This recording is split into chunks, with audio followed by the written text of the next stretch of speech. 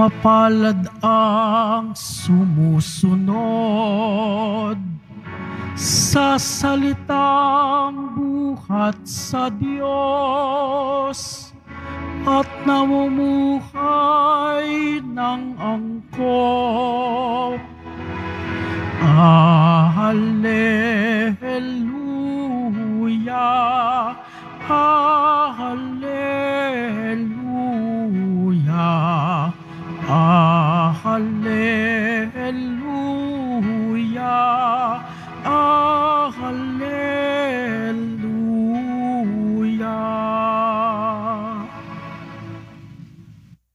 Sumainyo ang Panginoon At sumaiyo rin. ang mabuting balita ng Panginoon ayon kay San Lucas.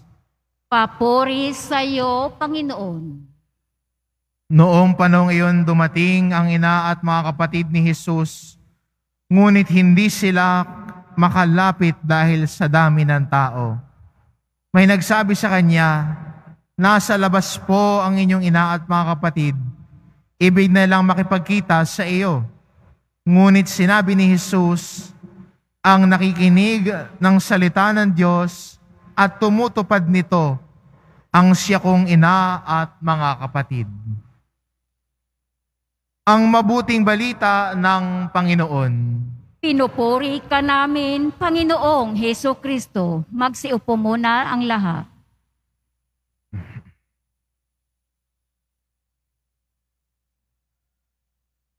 Madalas po sa mga ebanghelyo na inuulit-ulit sa atin ni Jesus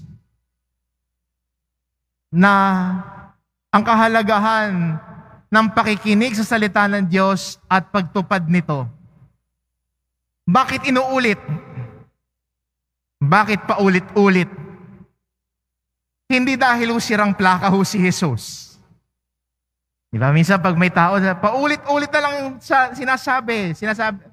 Ang madalas na kinakataga, para na akong sirang plaka rito, paulit-ulit na lang ako.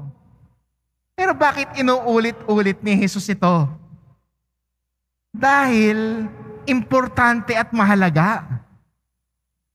Hindi ba ang nanay o isang magulang, pag may bilin sa kanyang anak, paulit-ulit niyang sinasabi ito?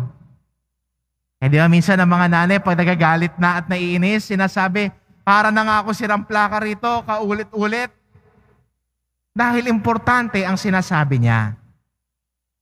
Sa ating ebanghelyo, madalas natin naririnig na sinasabi ni Jesus ang kahalagahan ng pakikinig ng salita ng Diyos at pagtupad nito. Hindi lang makikinig. Hindi lang tayo nakikinig sa salita ng Diyos.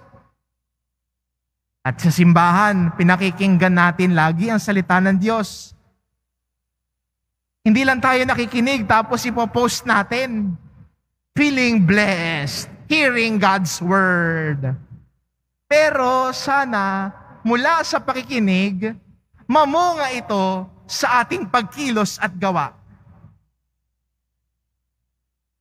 Mula po sa pakikinig natin, nagdudulot ng pagbabago ng buhay natin. Kaya hindi ba paulit-ulit para tumimo sa isip natin? Para merong pagbabago ng buhay na mangyari. Oo, paulit-ulit dahil mahalaga. Pero paulit-ulit din para magbago ang ating buhay. Kaya magandang imbitasyon po sa atin ito bilang Kristiyano ho ngayon. Madali lang makinig sa salita ng Diyos. Sa pagbasa natin, naririnig natin, sa ating mga personal na oras, ay pwedeng basahin ng Biblia. Pero, ang challenge lagi sa atin, mula sa pakikinig, sana mamunga sa ating ugali at pakikitungo sa kapwa. At yun po yung challenging. Challenging dahil mahirap. Mag-e-effort talaga tayo. Hindi kusang mangyayari, pipiliin nating mangyari. Nanaisin natin mangyari. Kaya ang tawag natin, effort. Kung bibigyan natin ng effort ang salita ng Diyos sa buhay natin, alam natin na pag may effort, namumunga ito sa buhay natin. Di ba? Ang tao nagtsatsaga, namumunga ng masagana.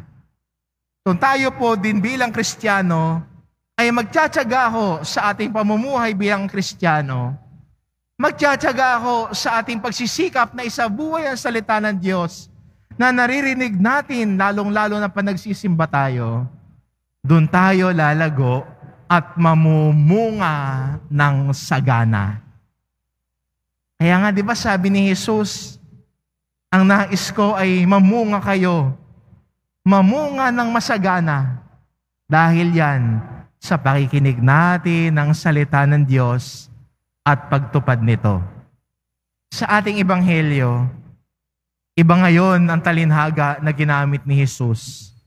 Iba na ang larawan niya sa taong nakikinig sa salita ng Diyos at tumutupad nito. Hindi na parang isang puno na mumunga ng masagana, pero mas intimate at close na ang pagkakahambing niya.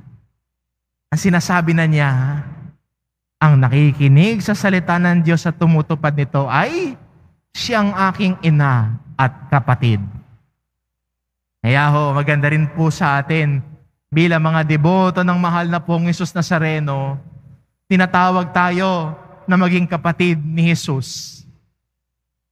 Kapatid na handang makinig sa utos at aral at turo ng Diyos Ama. Salita ng Diyos ang humuhubog sa puso at buhay natin. Ikaw ba? Handa ka na bang maging kapatid ni Jesus? Alam ko, challenging. Challenging yung paglalakbay, pero hindi yung imposible. Oo, it will entail a lot of effort, pero sa ating effort na ibibigay sa pagnanais na ito, dito tayo lalago bilang tao.